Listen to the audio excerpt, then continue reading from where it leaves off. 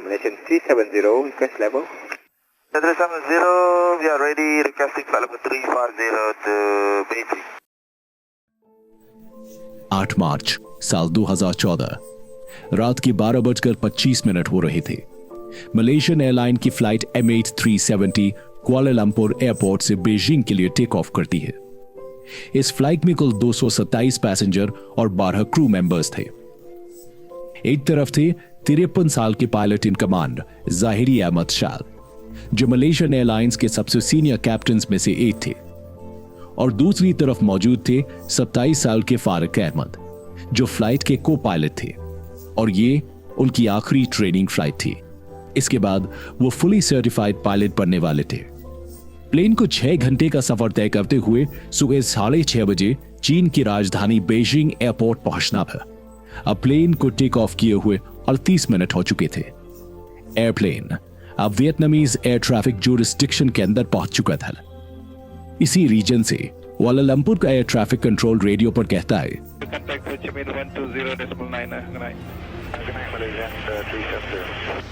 दोस्तों सुनने में ये सब कुछ एक आम बात लगती है, लेकिन इसके बाद जो हुआ वो कोई आम बात नहीं थी।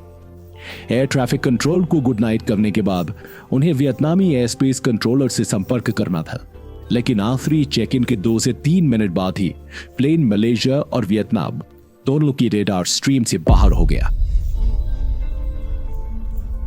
कुआलालंपुर के एयर ट्रैफिक वाले इसे नोटिस नहीं करते, और जब करते हैं तो सोचते हैं कि ये प्लेन हमारे रेडार की रेंज से बाहर निकल चुकी है और वियतनाम के एयर स्पेस रेडार के अंदर चला गया होगा। लेकिन वहीं दूसरी तरफ वियतनाम एयर स्पेस वालों की बात करें तो उन्होंने MH370 को अपने रेडार में देखा तो जरूर था, लेकिन देखने के कुछ ही समय बाद वो तुरंत अचानक से गायब हो गया। जिसके बाद वो लोग प्लेन से संपर्क करने की कोशिश तो करते हैं, लेकिन दूसरी तरफ से कोई जवाब नहीं मिलता। लगभग 4 घंटे के बाद एक इमरजेंसी रिस्पांस की शुरुआत हुई। सुबह के 6:32 हो चुके थे। ये वही टाइम था जब प्लेन को बीजिंग में लैंड करना था, लेकिन उसकी कोई लैंडिंग नहीं हुई। इसके बाद शुरू हुआ इसे खोजने का सफर, जो आज तक चल रहा है। इस घटना की अगली सुबह ही एक सर्च ऑपरेशन बुलाया गया और प्लेन को ढूंढने की कोशिश शुरू हुई।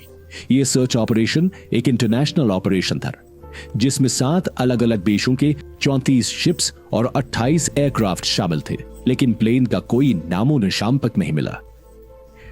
करीब 4 दिन बाद 12 मार्च को खबर आती है कि प्लेन सिविलियन रेडार से तो जरूर गायब हो गया था, लेकिन उस रात एक मिलिट्री रेडार ने उसे देखा था।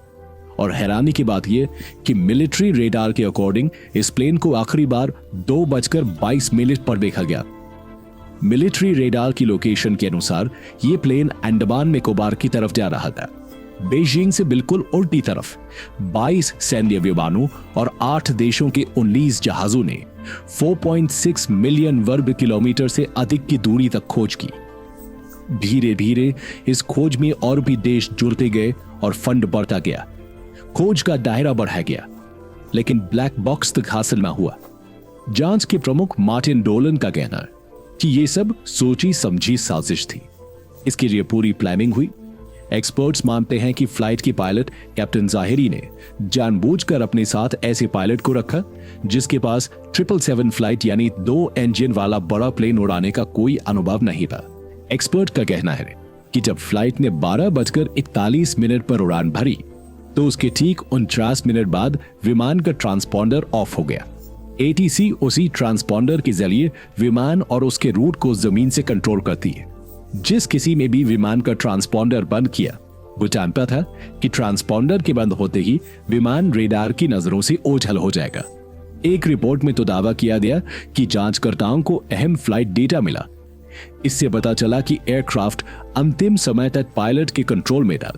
इस तथ्य के सामने आने के बाद से इस बात की आशंका गहरा दी कि पायलट ने आत्मघाती कदम उठाते हुए विमान को समुद्र में गिरा दिया।